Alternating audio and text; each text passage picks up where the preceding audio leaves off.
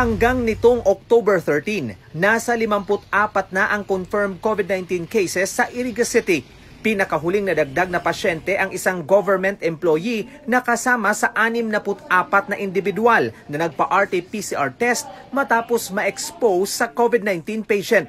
Siya na ang ikatlong kawani ng LGU Iriga na nahawaan ng sakit. Kasama si Mayor Madelio Roby Alpilor sa mga nagpa-COVID-19 test at nag-self-quarantine. Linggo nang lumabas ang negatibong resulta nila maliban sa isa. One po, nagluwas yung result. Salamat kita na negative. Out of the 64, isa na po nag-positive. The 63, ngamin po nag-negative. Kadakal ka nang nagte-text nga na nangangadjinya kami. Sana nga maging negative man. Thank you po empathy ninyo. Thank you po support. Thank you po prayers. Prayers can really move mountains. Kadakal talagang nangadji. Nagrosaryo. Kadakal talagang amin. And we really thank God. God is really good. Lalo umanong naunawaan ni Mayor Madel ang pakiramdam ng mga suspected at probable COVID-19 patients, lalo na habang naghihintay ng RT-PCR test results nila. To torture pa lang talaga pag mag-ilap talaga yung kaka-result na if ever na-expose ka.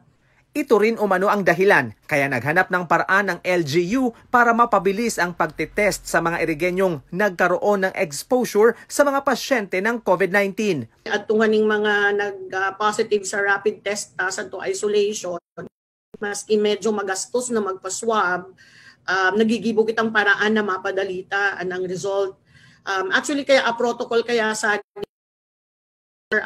sa di Camarines Sur, usually a peso ang nagkakandakan ang swab testing. However, dapat you have to coordinate with them dahil ini-schedule lang yan. So halimbawa, diri man everyday nagsaswab. So coordinate ka, minsan 2 times a week lang nagsaswab, minsan agkusa na allocated na kinpira para sa Iriga. Minsan sa usad na semana, allocation, mga 20. Kamusta na yan? Mga 20, 30, depende sa contact tracing.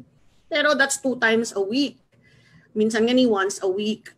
So, kaya nag-iiban talaga ang result. Malaking tulong umano ang pagsang-ayon ng sangguniang panglungsod na mag-partner ang LGU sa pribadong RT-PCR laboratory. Nagsasagawa na ng contact tracing sa mga nakasalamuhan ng ikatlong LGU employee na nagpositibo sa coronavirus.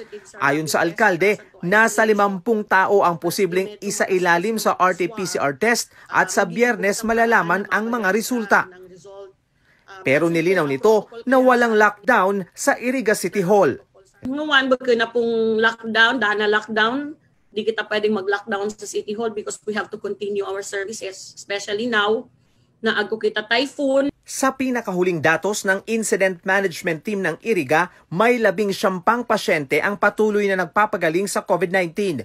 3 ang namatay, habang 32 ang recoveries.